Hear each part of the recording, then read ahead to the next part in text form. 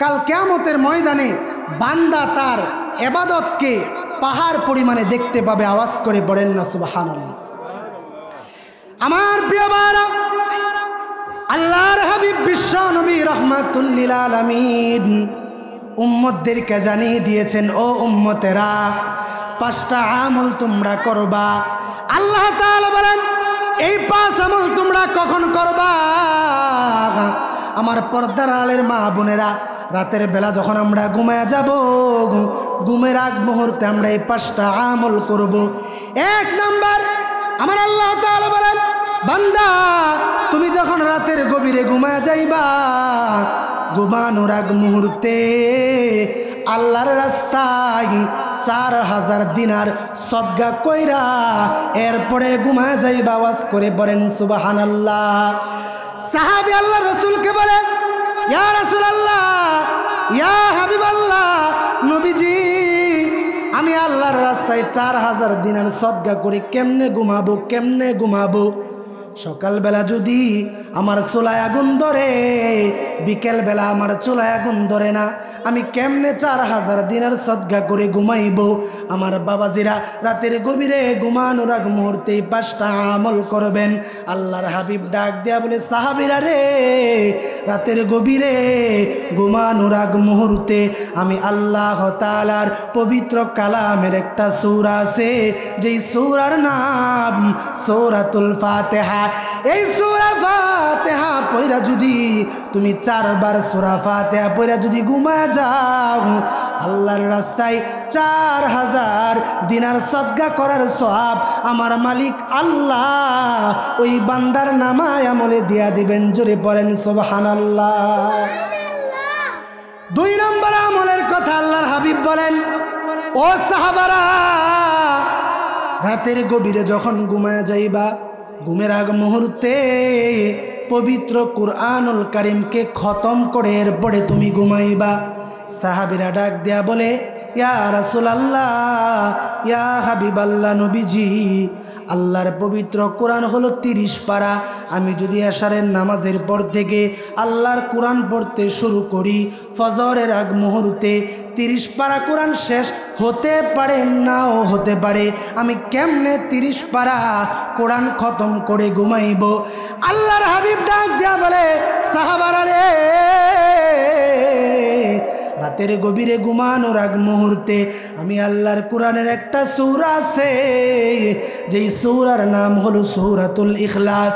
কুল হুয়াল্লাহু আহাদ, আল্লাহুস সামাদ, লাম ইয়ালিদ ওয়া লাম ইউলাদ ওয়া লাম ইয়াকুল লাহু কুফুয়ান আহাদ। সুবহানাল্লাহ পড়েন। আমার বারা, আল্লাহর রাসূল বলেন, সাহাবারা রে, এই সূরাটা যদি 3 বার পড়ে রাত্রে কোনো বান্দা ঘুমায়া যায়, আমার আল্লাহ ওই বান্দার নামায় আমলে পূর্ণ কোরআন একবার খতম করার সওয়াব দিয়া দিবেন। সুবহানাল্লাহ। প্রিয় হাজিরিন, 3 নম্বর আমার আল্লাহ তাআলা বলেন, 3 নম্বর আমলের কথা আল্লাহর রাসূল জানায়া দেয়, উম্মতেরা রে, রাতের গভীরে ঘুমানোর আগ মুহূর্তে জান্নাতের মূল্য দিয়া ঘুমায়া যাইবা। সাহাবারা ডাক দেয়া বলে, ইয়া রাসূলুল্লাহ, ইয়া হাবিবাল্লাহ, নবীজি এটা কেমন কথা আপনি বলেন? জান্নাতের মূল্য দিয়া কেমনে আমি ঘুমাবো? আল্লাহর রাসূল সাল্লাল্লাহু আলাইহি ওয়াসাল্লামকে সাহাবারা ডাক দিয়া বলে, জান্নাতের একটা ইটের মূল্য হলো গোটা পৃথিবী যদি 10 বার বিক্রি করা হয়, এরপরেও জান্নাতের একটা ইট কিনা যাবে না। জান্নাতের মূল্য দিয়া কেমনে আমরা ঘুমাবো? আল্লাহর হাবিব ডাক দিয়া বলেন, ও সাহাবারা, রাতের গভীরে ঘুমানোর আগ মুহূর্তে আমি আল্লাহ জানায়া দেই, আমি আল্লাহর হাবিবের উপরে দুরূদ পড়ার জন্য একটা দুরূদ দিয়েছি। মান সাল্লা আলাইয়া ওয়াহিদাতুন সাল্লাল্লাহু আলাইহি আশারা। আল্লাহর হাবিব বলেন, আল্লাহর হাবিব বলেন, যেই দুরূদটা কোন বান্দা যদি একবার আল্লাহর হাবিবের উপরে পড়েন, আল্লাহ ওই বান্দার উপরে 10 বার রহমত নাজিল করে দেয়। আল্লাহ রাসূল বলেন, কোন বান্দা যদি রাতের গভীরে ঘুমানোর আগ মুহূর্তে এই দুরূদটা 3 বার পড়া ঘুমায়া যা। কয়বার পড়া? 3 বার পড়া যদি ঘুমায়া যায়, আমার আল্লাহ বলেন ওই বান্দাকে আল্লাহ তাআলা জান্নাতের মূল্য দেওয়ার সওয়াব ওই বান্দার নামায় আমলে আমার আল্লাহ তাআলা লিখে দিবেন। আওয়াজ করে পড়েন না সুবহানাল্লাহ। 4 নম্বর আমলের কথা আল্লাহর হাবিব বলেন, ও সাহাবারা তোমরা শোনো 4 নম্বর আমলের কথা। ও উম্মত, রাতের গভীরে যখন তুমি ঘুমায় যাইবা, রাতের গভীরে ঘুমানোর আগ মুহূর্তে তুমি একটা উমরা হজ করে ঘুমায় যাইবা। আওয়াজ করে পড়েন না সুবহানাল্লাহ। সাহাবারা ডাক দিয়া বলে, ইয়া রাসূলুল্লাহ, ইয়া হাবিবাল্লাহ, নবীজি একটা উমরা হজ করে কেমনে ঘুমায়া যাব? 1500 বছর আগের জামানায় মক্কা থেকে মদিনায় মানুষ হাইটা যায় উমরা করতো, হজ করতো। সাহাবারা ডাক দেয়া বলে, এক রাতের ভিতরে উমরা করা হজ করা সম্ভব হবে না, কেমনে হজ করব? ও রাসূল, আপনি এটা কেমন কথা বলেন? আল্লাহর হাবিব ডাক দেয়া বলে, ও সাহাবারা শোনো গো, রাতের গভীরে ঘুমানোর আগ মুহূর্তে একটা কালেমায়ে শাহাদা আছে।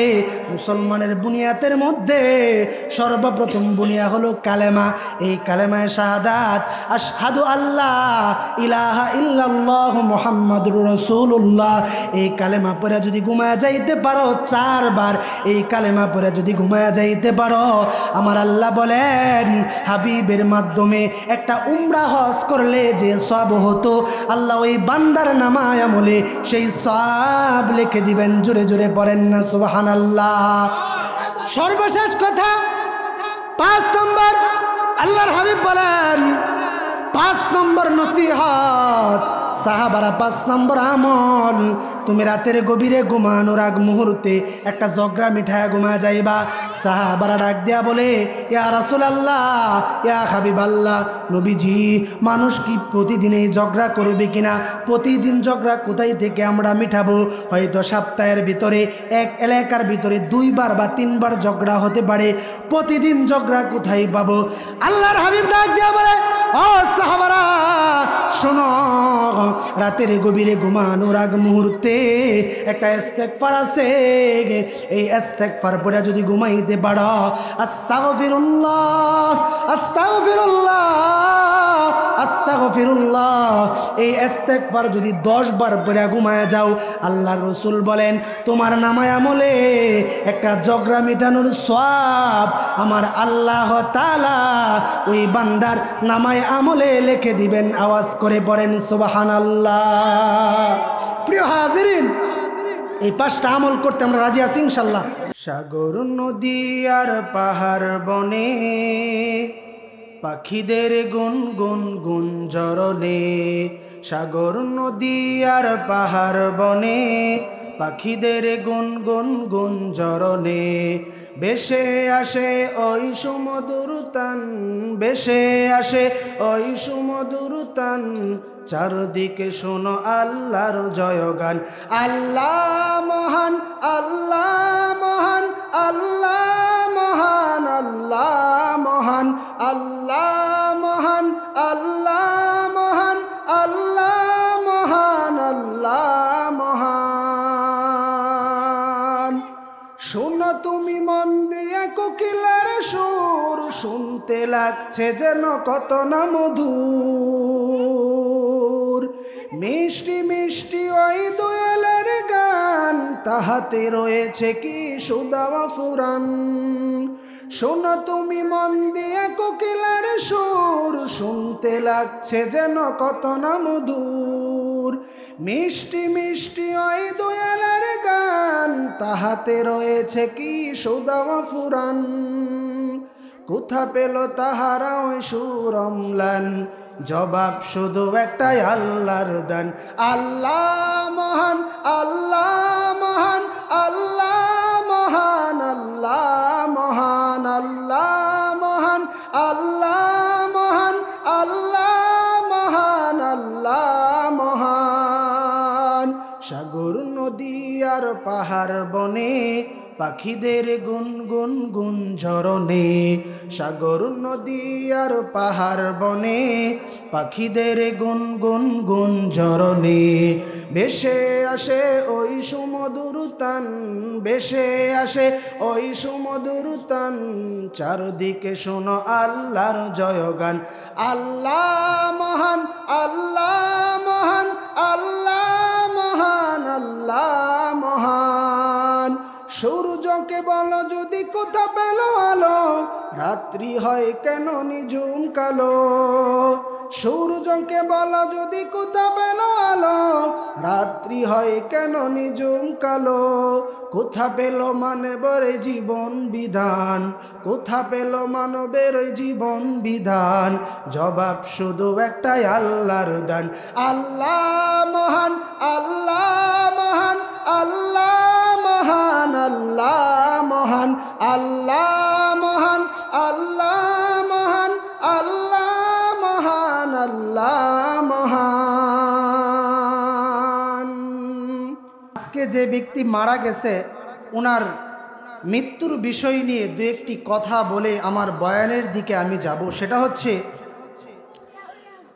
আল্লাহর যে বান্দি আজকের এই দিনে মারা গিয়েছেন, আমি আমার ক্ষুদ্র এলেম জ্ঞান দ্বারা মনে করি এটা নিঃসন্দেহে এই ব্যক্তি আল্লাহ তাআলার খাস একজন বান্দি ছিলেন। আওয়াজ করে বলেন ঠিক কিনা? কারণ হচ্ছে আল্লাহ তাআলা বলেন, যেই গ্রামের মধ্যে কুরআন ও হাদিসের কথা হয়, এই গ্রামের মধ্যে ওই স্থানের মধ্যে আল্লাহ তাআলা আসমান থেকে যেমনিভাবে বৃষ্টি বর্ষণ হয়, সেই বৃষ্টির নেই আল্লাহ রহমত বর্ষণ করেন। পড়েন না সুবহানাল্লাহ। তাহলে যেই গ্রামে রহমত বর্ষণ হয়, সেই গ্রামের একটা অবলা সবলা শ্রদ্ধা আবেদা জাহেদা মার ইন্তেকাল হওয়া, এটা ওই মায়ের জন্য অনেক ভাগ্যের একটা ব্যাপার। আওয়াজ করে বলেন ঠিক কিনা? এবং সাথে সাথে আজকের যে রজনী, শুক্রবার দিবাগত আজকে রাত্রি, আজকে রাত 12টার পরেই শুক্রবারের পহর আমরা গুনব এবং আগামীকাল পবিত্র শবে বরাত, এটা আমরা সবাই অবগত আছি। এমন একটা বরকতপূর্ণ সময়ে আল্লাহর এই বান্দিকে আল্লাহ উঠিয়ে নিয়েছেন। নিঃসন্দেহে আল্লাহ তাআলা তাকে পছন্দ করেছেন, ভালোবেসেছেন। আওয়াজ করে বলেন ঠিক কিনা? এজন্য আল্লাহ তাআলার কাছে আমরা হৃদয়ের গভীর থেকে দোয়া করি, আল্লাহ তাআলা যেন আল্লাহর এই বান্দির কবরকে সর্বোচ্চ জান্নাত, জান্নাতুল ফেরদাউসের অধিবাসী করে দেয়। আওয়াজ করে পড়েন সুবহানাল্লাহ। প্রিয় হাজিরিন, সাথে সাথে আমি আরেকটি কথা বলতে চাই, সেটা হচ্ছে আজকে আল্লাহর যে বান্দি মারা গেছে, এই আল্লাহর বান্দিকে উদ্দেশ্য করে অনেক বাবারা, অনেক ভাইয়েরা, অনেক যুবকেরা ওই বাড়ির মধ্যে আপনারা অবস্থান করতেছেন এবং রাস্তাঘাটে দোকানপাটে অনেকেই বসে আছেন, এই সুখ নিয়ে অনেকেই আলোচনা করতেছেন।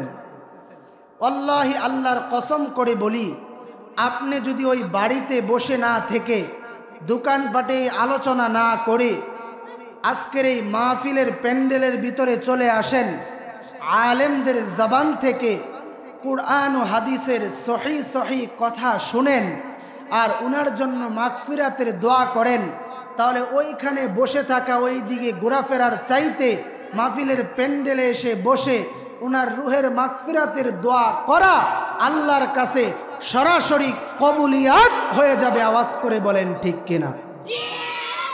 এজন্য আজকের এই এলাকার যারা মাহফিল পরিচালনা কমিটি আছেন, তাদেরকে আমি বলবো, পায়ে ধরে বাবারা, আপনারা নিজেরাও মাহফিলের সামিয়ানায় চলে আসেন এবং আপনাদের এলাকার ব্যক্তিদেরকেও মাহফিলের সামিয়ানার ভিতরে আসার জন্য চেষ্টা করেন। প্রিয় হাজিরিন, এই মাহফিল করতে যায়া দীর্ঘ 1 থেকে 1.5 মাস সময় অত্যন্ত পরিশ্রম কষ্ট করার পরে আজকের এই আয়োজনটা এখানে উপস্থিত হয়েছে, আয়োজনটা সংগঠিত হয়েছে, আওয়াজ করে বলেন ঠিক কিনা। বিশেষ করে আমার কলিজার ভাই, প্রিয় ভাই হযরত মাওলানা ফয়সাল সাদেক, তিনি অত্যন্ত কষ্ট করে আজকের এই মাহফিলের জন্য এই ব্যবস্থা করেছেন অত্র এলাকার মানুষদেরকে নিয়ে। আমি এলাকার মানুষদেরকে বলবো, এই কষ্ট যেন সফল হয়, এই কষ্ট যেন সার্থক হয়, এই জন্যে দয়াপূর্বক আপনাদেরকে আমি আবারও বলতেছি, আপনারা মাহফিলের সামিয়ানার ভিতরে চলে আসেন। ধারাবাহিকভাবে কুরআন ও হাদিস থেকে অত্যন্ত গুরুত্ব কিছু কথা বলা হবে। আমরা সামনে যারা বসতে পেরেছি, আসতে পেরেছি, আজকের মাহফিলে আসতে পেরে, বসতে পেরে আমরা খুশি না বেজার? যদি খুশি থাকি তাহলে খুশির আওয়াজে আবারও আল্লাহর দরবারে শুকরিয়া আদায়ার্থে জোর কণ্ঠে হৃদয়ের গভীর থেকে সবটুকু আবেগকে আপ্লুত করে উচ্ছ্বসিত কণ্ঠে একবার চিল্লায়া বলি আলহামদুলিল্লাহ।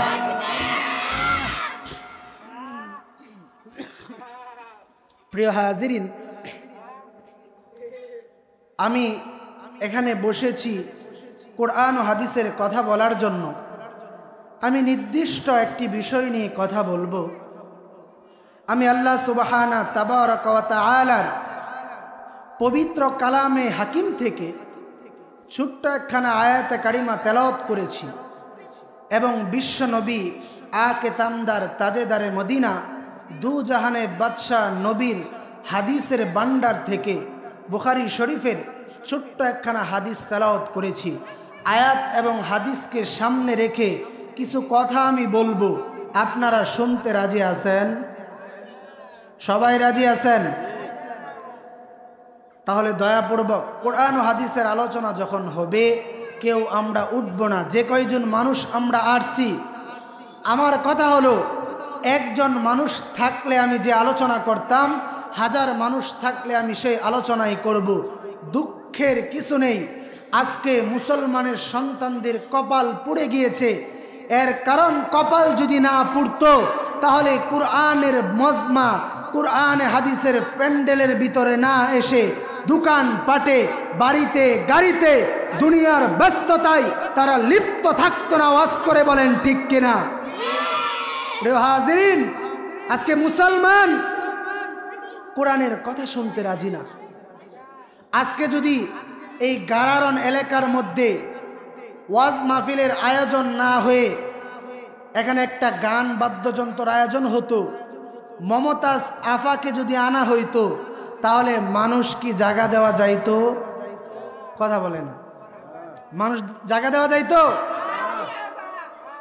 বেড়া বেড়ি, জড়া জড়ি, ছোট বড়, যুবক যুবতী, 3 মাসের বাচ্চা কোলে নিয়ে গান শুনতে চলে যায় মুসলমানের সন্তান। আওয়াজ করে বলেন ঠিক কিনা। আজকে এখানে গানের আয়োজন হলে অনেক মায়েরা আছে, কোলে 3 মাসের বাচ্চা আছে, এরপরেও তারা গান শোনার জন্য চলে আসতো। আওয়াজ করে বলেন ঠিক কিনা। অথচ কোরআন হাদিসের আলোচনা শোনার জন্য আসে না। এই কথাটা আমি আমার অভিজ্ঞতা থেকে বললাম। এর কারণ, বিগত কয়েকদিন আগে আমার গ্রামে একটা গানের আয়োজন হয়েছিল। নাটক বলে না, নাটক, একটা নাটকের আয়োজন হয়েছে। ওই নাটকের আয়োজনে আমি শুনলাম এলাকার মানুষ বলল যে কুলের যে বাচ্চাগুলো আছে, এই বাচ্চাগুলোকে নিয়েও মহিলারা সারা রাত ভর ওইখানে গান বাদ্যযন্ত্র শুনেছে। আওয়াজ করে পড়েন নাউজুবিল্লাহ।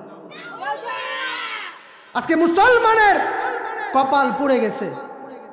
আজকে যদি মুসলমানের কপাল না পুড়তো, তাহলে কোরআনের মাহফিলের প্যান্ডেল খালি পড়ে থাকতো না, আর তারা বাড়িতে বসে মোবাইল চাপতো না, টিভি সিনেমার সামনে বসে থেকে মুসলমানের সন্তান দোকানপাটে বসে থেকে দোকানের মধ্যে টিভি সিনেমা দেখে তার সময়কে সে অতিবাহিত করতো না। আওয়াজ করে বলেন ঠিক কিনা। আরে ভাই, মুসলমানের সময়ের দাম তো অনেক বেশি। মুসলমান তো এমন হবে 1 মিনিট চলে যাচ্ছে নাফরমানি কইরা, বড় আফসোস আজকে আমার 1 মিনিট সময় চলে যাচ্ছে, আমি ইবাদতে কাটাইতে পারতেছি না, আমার গুনাহ হয়ে যাচ্ছে। আফসোসে সে শীতল হয়ে যাবে, কান্না জড়িত কণ্ঠে আফসোস তার হৃদয় থেকে বের হবে। অথচ মুসলমানের সন্তান টিভি সিনেমার সামনে বসে হাসাহাসি করে, রং তামাশা করে, তার হৃদয়ে 1 সেকেন্ডের জন্য রক্তক্ষরণ হয় না। আওয়াজ করে বলেন ঠিক কিনা? সে নামে মুসলমান, কামে মুসলমান হতে পারে নাই। আওয়াজ করে বলতে হবে ঠিক কিনা? প্রিয় হাজিরিন, আমার যুবক ভাইরা আসতেছে, আজকে আলোচনাটা যুবকদেরকে নিয়েই হবে, যেহেতু আগামীকালকে 14ই ফেব্রুয়ারি ভালোবাসা দিবস। কথা ঠিক কিনা? আজকে কি দিবস? কালকে কি দিবস? ভালোবাসা দিবসের কথা যুবকেরা হাসি উজ্জ্বলতার সহিত বলতেছে, হে যুবক, কালকে আরেকটি দিবস আছে, যেই দিবসের নাম হলো পবিত্র শবে বরাত। আওয়াজ করে পড়েন সুবহানাল্লাহ। ভালোবাসা দিবস সংস্কৃতিকার, কথা বলে না।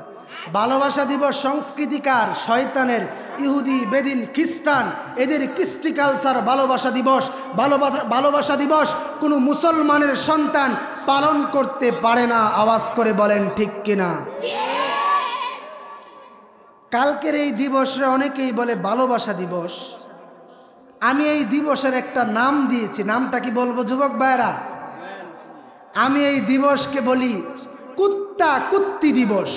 কি দিবস?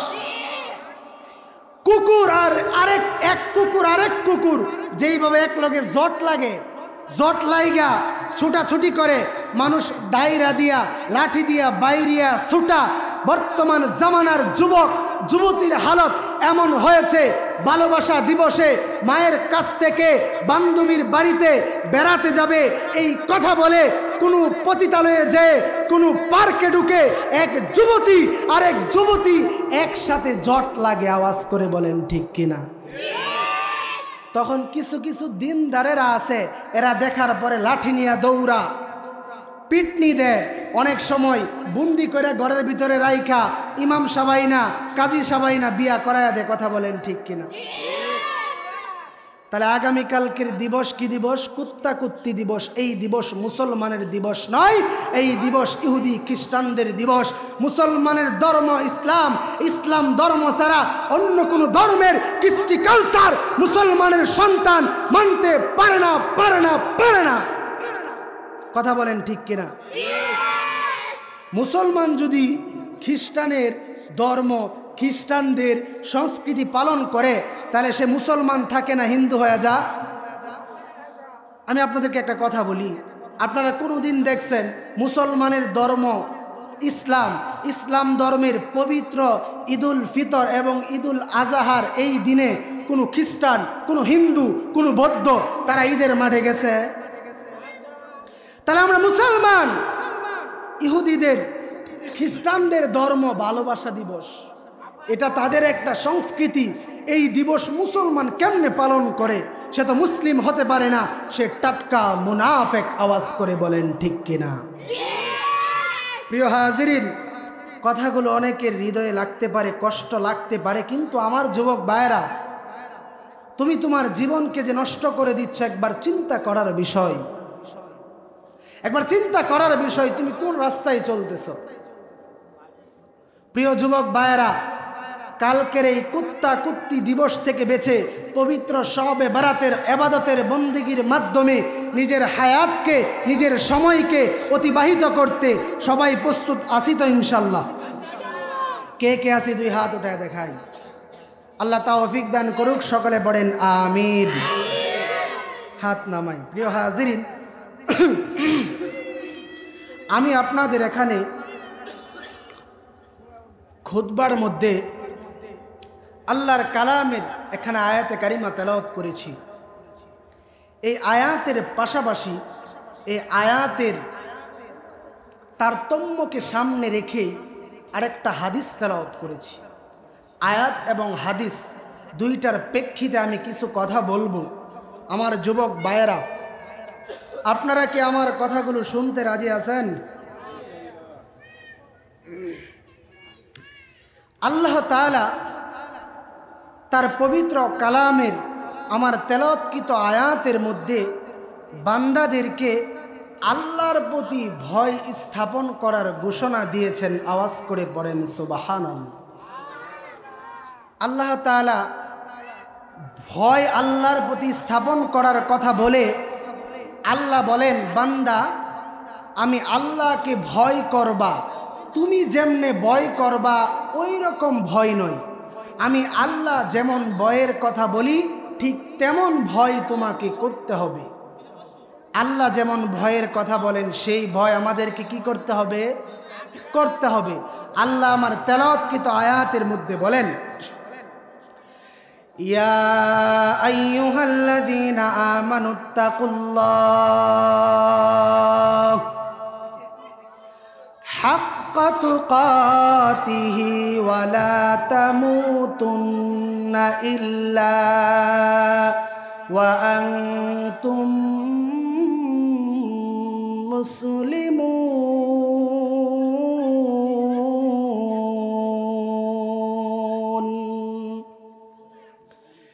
আল্লাহ তাআলা বলেন, এ দুনিয়ার ইমানদার, আমি আল্লাহ তাআলাকে ভয় কর।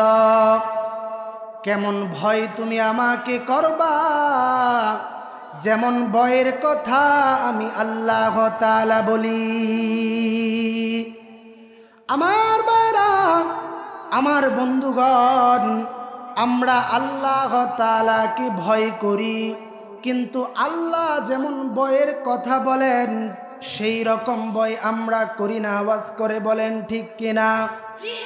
আমার আপনার সমাজের ভিতরে অনেক মানুষ আছে আল্লাহ তাআলাকে ভয় করে,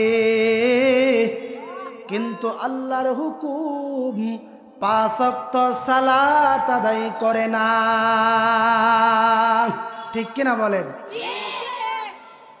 অনেক মানুষ আছে আল্লাহকে ভয় করে, কিন্তু আল্লাহর হুকুম পবিত্র মাহে রমজানের রোজাটা বান্দা রাখে না। আওয়াজ করে বলেন ঠিক কিনা? আমার বারা, আমার বন্ধুগণ, অনেক মানুষ আছে যারা আল্লাহকে ভয় করে কিন্তু যাকাত আদায় করে না। ঠিক কিনা? অনেক মানুষ আছে আল্লাহ তাআলাকে ভয় করে কিন্তু আল্লাহর পবিত্র কোরআনের দিকে আসে না। আওয়াজ করে বলেন ঠিক কিনা? আমার ভাইরা, আমার বন্ধুগণ, বড় আফসোসের কথা হলো বর্তমান জামানায় এমনও যুবক আছে, এমনও বাবা আছে যারা আল্লাহকে ভয় করে কিন্তু আল্লাহর পবিত্র কোরআনের ছোট্ট একটা সূরা, সূরাতুল ফাতিহাটা, আল্লাহ তাআলার পবিত্র কুরআনুল কারীমের সূরা ফাতিহাটা আপনি একটু পড়ে শোনান। অনেক বাবা আছে দাঁত 7 বার ভেঙে যাবে, এরপরেও সূরাতুল ফাতিহাটা সহিহ শুদ্ধভাবে তেলাওয়াত করে শোনাইতে পারবে না। আল্লাহ তাআলা বলেন, এই বই দিয়ে আমি আল্লাহ তাআলাকে পাওয়া যাবে না, যাবে না, যাবে না। আমি আল্লাহকে যদি পেতে চাও, আমি আল্লাহ যেমন ভয়ের কথা বলেছি বান্দারে, ঠিক তেমন ভয় তোমাকে করতে হবে। আমার যুবক ভাইরা, আমার আল্লাহ তাআলা বলেন, যুবক তো এমন হবে তার গোটা জীবন আল্লাহর রাস্তায় অতিবাহিত করবে। মুসলমান তো এমন হবে রে যে মুসলিম তার গোটা জীবনকে আল্লাহর রাস্তায় অতিবাহিত করবে। আল্লাহ যেইটাকে হালাল বলে বান্দা সেইটাকে হালাল মনে করবে, আল্লাহ যেইটাকে হারাম বলে বান্দা সেইটাকে হারাম মনে করবে। আল্লাহ যেইটাকে নিষেধ করে বান্দা সেই নিষেধ থেকে বেঁচে থাকবে। আল্লাহ যেইটার প্রতি আদেশ করে বান্দা ওই আদেশে আদেশিত হইয়া তার গোটা জীবনকে পরিচালনা করবে। আমার যুবক ভাইরা,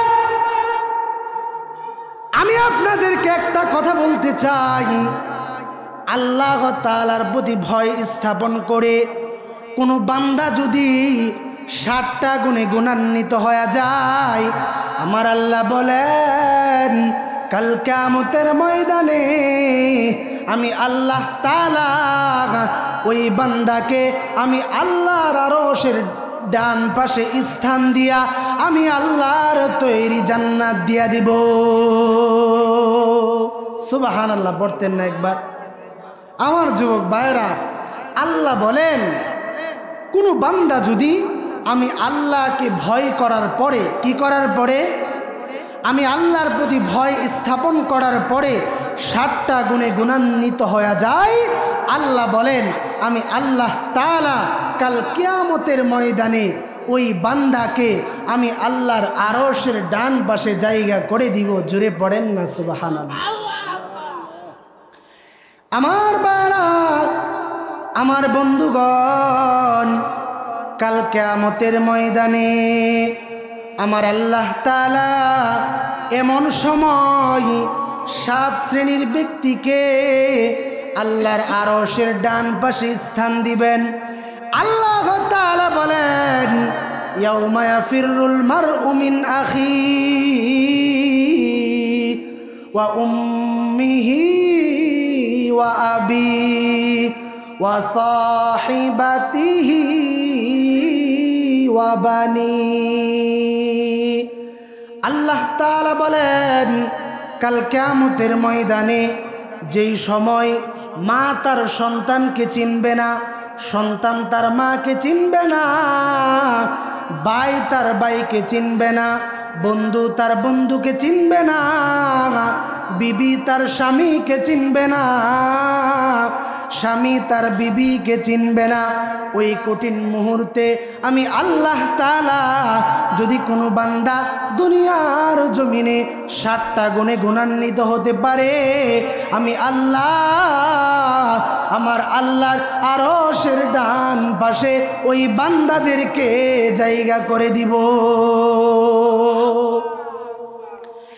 আমার ভাইরা, আমার বন্ধুগণ, আমার আল্লাহ তাআলার হাবিব বলেন সাবাতুন ইউজিল্লুল্লাহু ফি যিল্লিহি লা ইয়াযিল্লা ইল্লা যিল্লু। 7 শ্রেণীর ব্যক্তিকে আমার আল্লাহ তাআলা আরশের ডান পাশে স্থান দিবেন। 1 নাম্বার আল্লাহ বলেন ইমামুল আদিল, যে ন্যায় পরায়ণ বাদশাহ হবে আমি আল্লাহ ওই ন্যায় পরায়ণ বাদশাকে কিয়ামতের ময়দানে আমার আরশের ডান পাশে জায়গা করে দেব। 1 নম্বর আল্লাহ বলেন আল ইমামুল আদিল, যে ন্যায় পরায়ণ বাদশাহ হবে ওই বাদশাকে আমি আল্লাহ তাআলা আমার আরশের ডান পাশে জায়গা করে দিব। পড়েন না সুবহানাল্লাহ। সেই ন্যায় পরায়ণ বাদশার গুণ থাকতে হবে 4টা। কয়টা?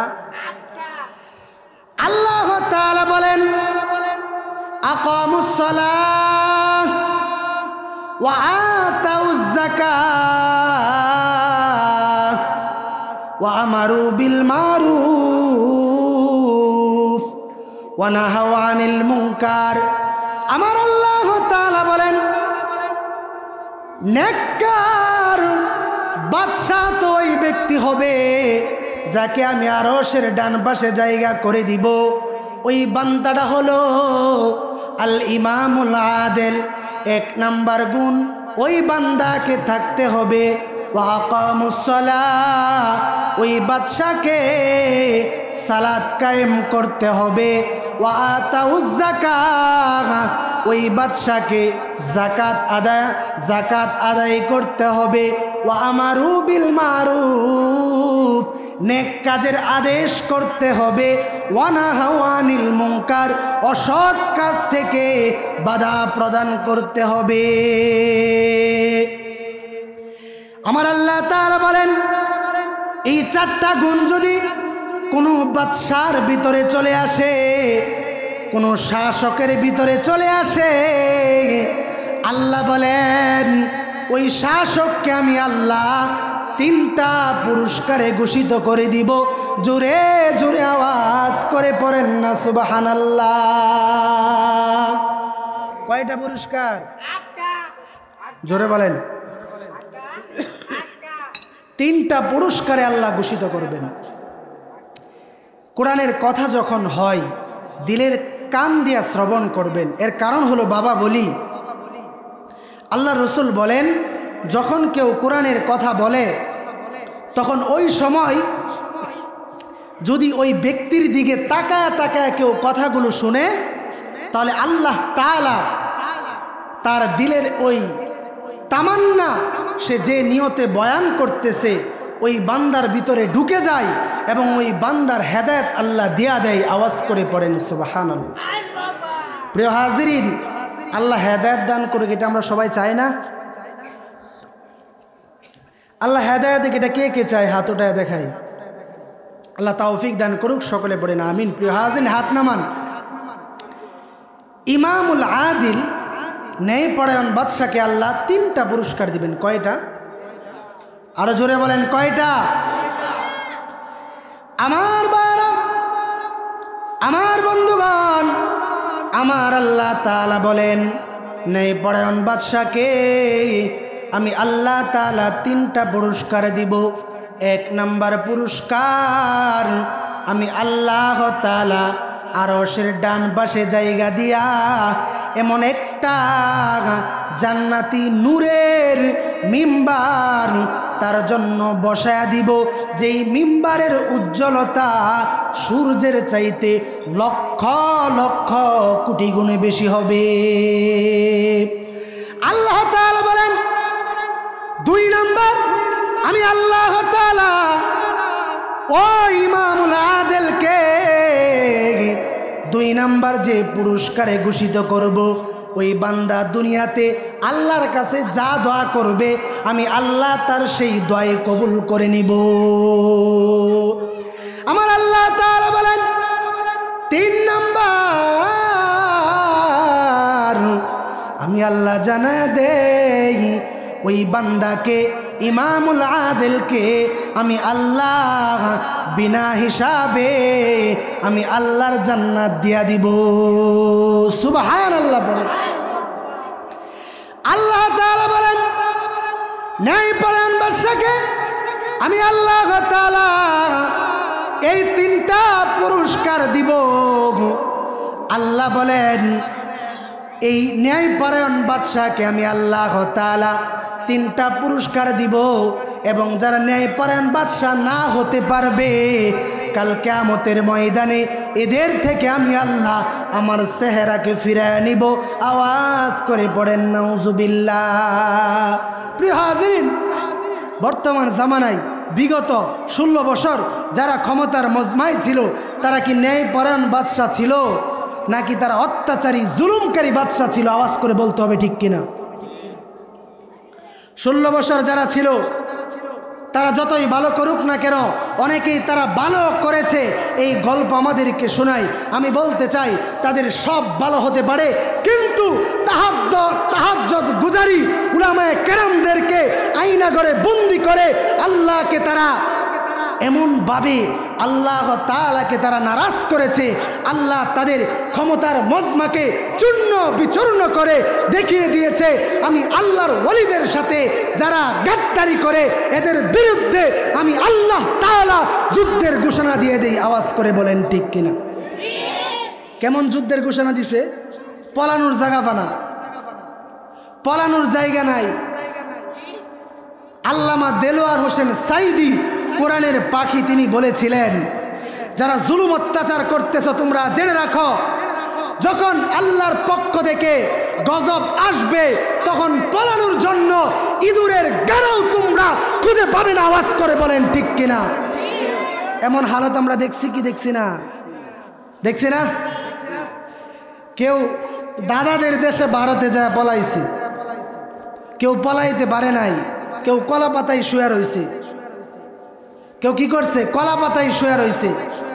যে ব্যক্তি আল্লামা দেলোয়ার হোসেন সাইদি রাহিমাহুল্লাহ, কোরআনের পাখি, যার কথা বলতে গেলে হৃদয়ের গভীর থেকে কষ্ট ধরে রাখতে পারি না, যেই বান্দাটা 50টি বছর যাবৎ কোরআনের তাফসির গোটা পৃথিবীতে করেছেন, তাকে 13টা বছর জেলখানায় জালেমের বন্দিখানায় আবদ্ধ করে রেখেছিলেন। আওয়াজ করে বলেন ঠিক কিনা? অন্যায় আর জুলুম আর অত্যাচার যে শাসক করবে, আল্লাহর গজব তার উপরে নেমে আসবে। আওয়াজ করে বলেন ঠিক কিনা?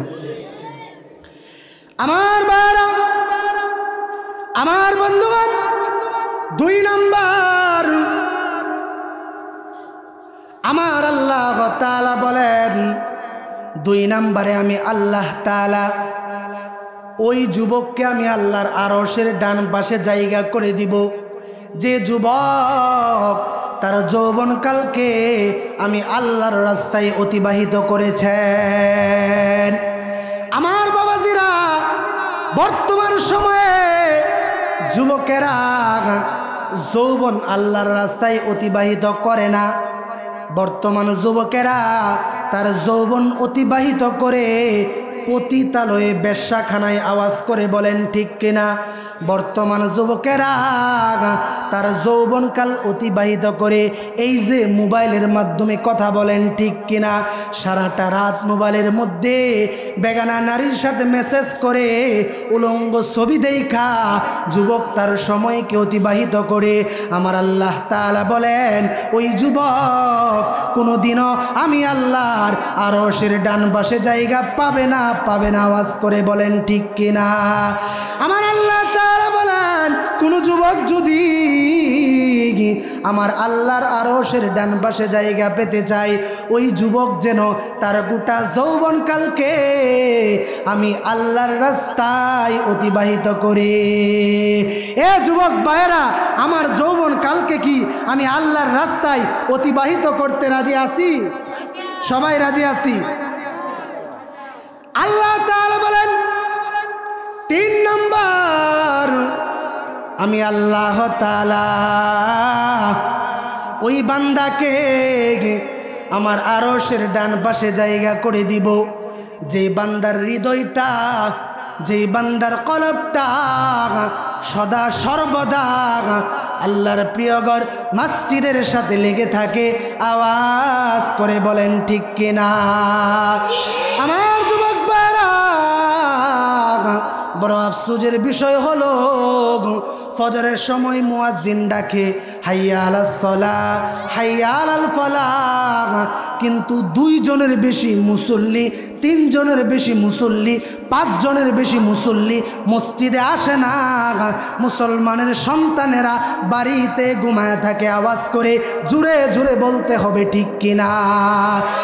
আমার আল্লাহ তাআলা বলেন, ওই যুবক, যে যুবক আমি আল্লাহর ডাক দেওয়ার পরে মসজিদে না আইসা দোকানে বসে থাকবে, বাজারে বসে থাকবে, মোবাইল নিয়ে ব্যস্ত থাকবে, ব্যবসা নিয়ে ব্যস্ত থাকবে, বাণিজ্য নিয়ে ব্যস্ত থাকবে, স্ত্রী সন্তান লতা পাতা দুনিয়ার ব্যস্ততায় ব্যস্ত হয়ে যাবে, সে আমি আল্লাহর ডাককে গুরুত্ব করলো না, ওই বান্দা কাল কিয়ামতের ময়দানে আমি আল্লাহর আরশের ডান পাশে জায়গা পাবে না।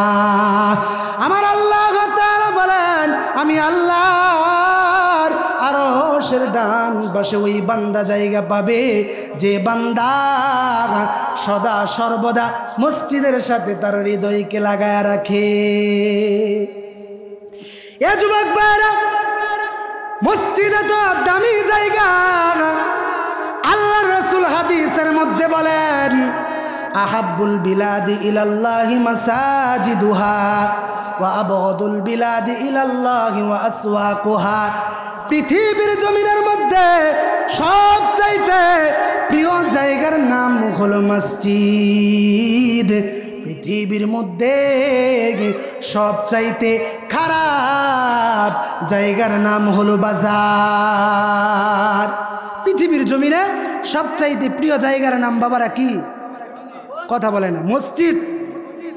আর পৃথিবীর মধ্যে সবচাইতে খারাপ জায়গার নাম বাজার। মানুষ মসজিদে যায় না, বাজারে দৌড়ায়। কথা বলেন না কেন? এটা কথা বলি। টিবল দিয়া যখন পানি টিপে, টিবলের মুখ আর কলসের মুখ যদি এক না হয় তাহলে পানি বুড়বে কখনো? টিবলের মুখ মনে করেন আর কলসের মুখ এক না, বাহিরে কলস আর টিবলের মুখ বাহিরে। সারাদিন যদি আপনি চাপেন তাইলে কি ওই কলস ভরবে কখনো? ওই কলসটা ভরবে তখন টিবলের মুখ আর কলসের মুখ যখন এক হবে, অল্প চাপ দিলেই পানি তখন ভরে যাবে।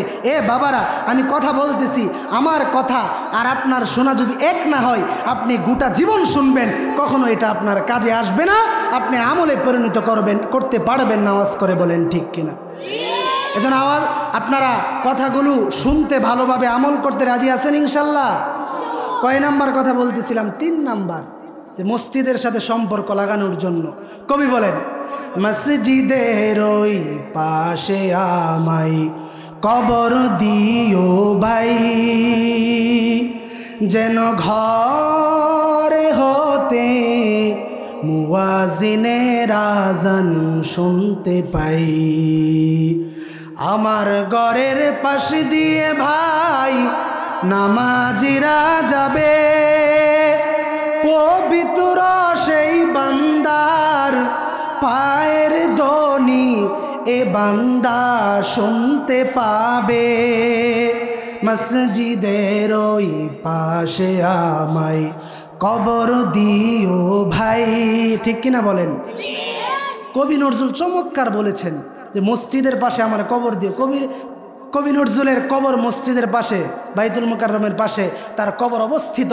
এই কবিতা হৃদয়ের গভীর থেকে সে বলেছে, আল্লাহ তার এই কবিতাকে কবুল করেছে। আওয়াজ করে বলেন সুবহানাল্লাহ।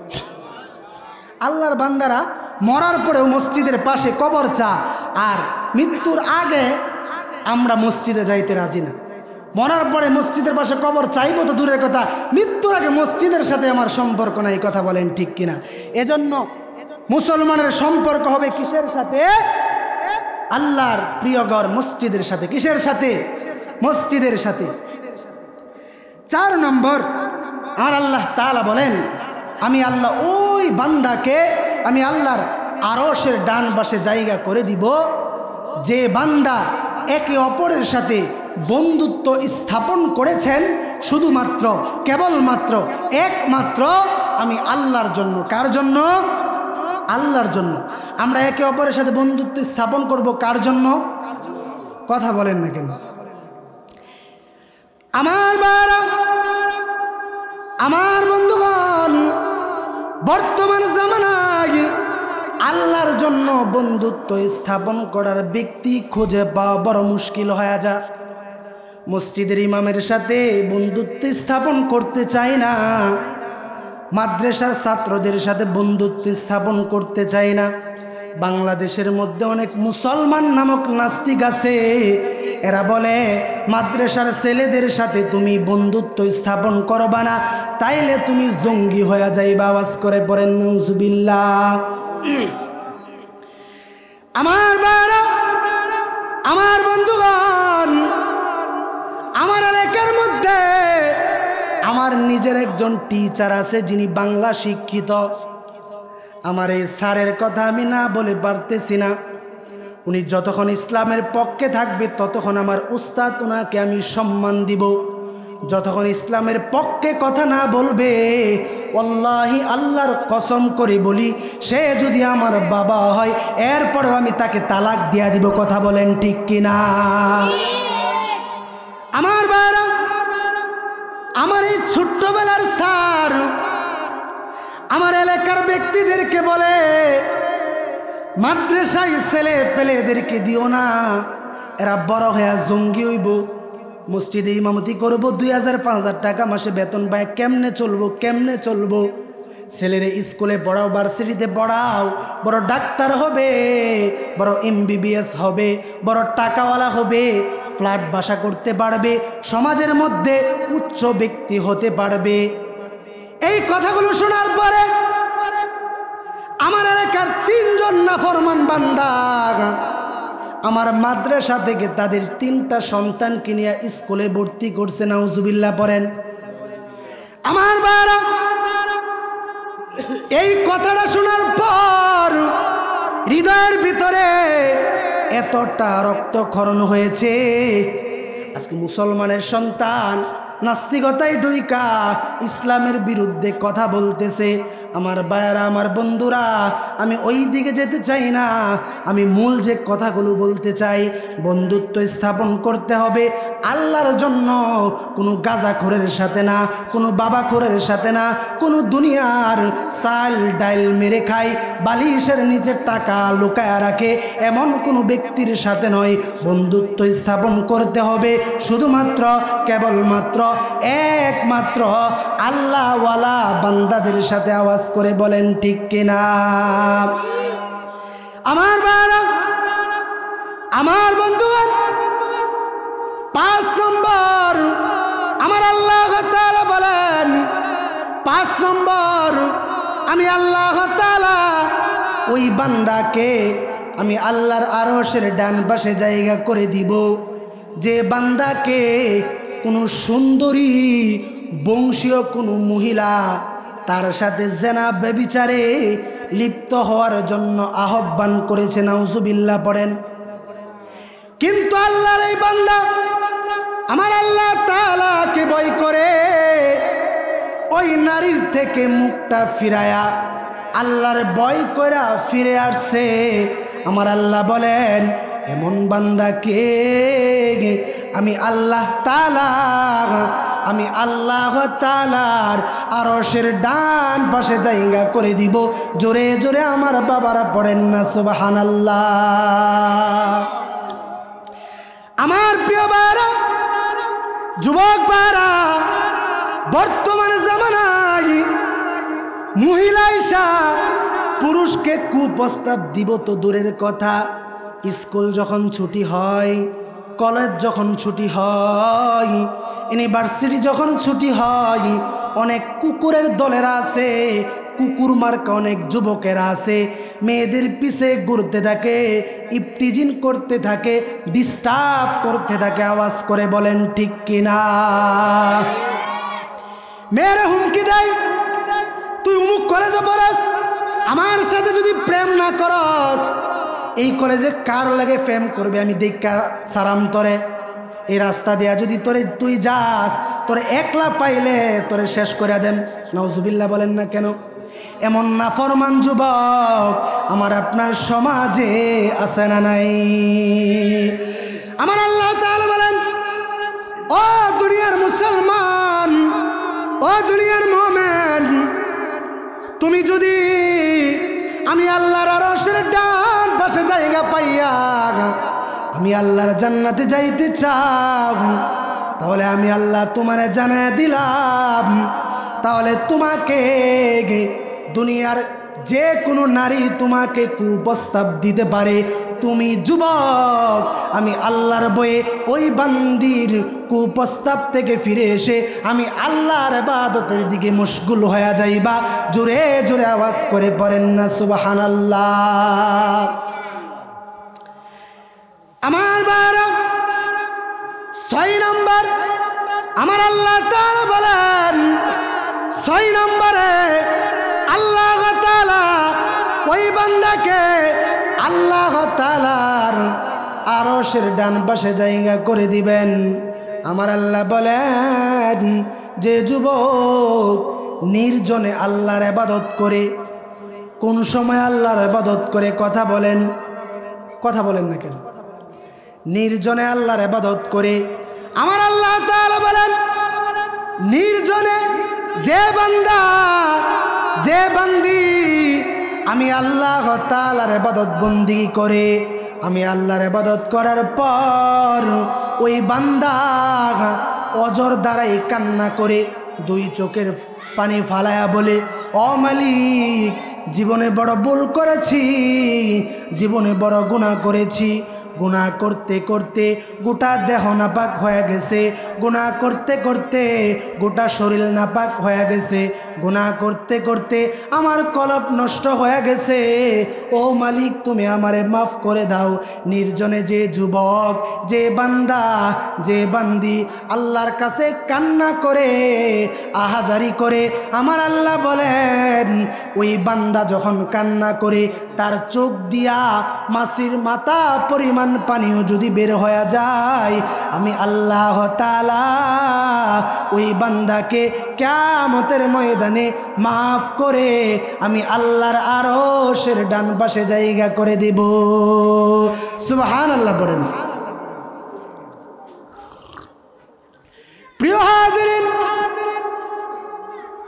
7 নম্বর আমার আল্লাহ তাআলা বলেন, 7 নম্বর আমি আল্লাহ তাআলা ওই বান্দাকে আমি আল্লাহর আরশের ডান পাশে জায়গা করে দিব, যে বান্দাটা গোপনে গোপনে আমি আল্লাহর রাস্তায় দান সদকা করে। আওয়াজ করে পড়েন সুবহানাল্লাহ।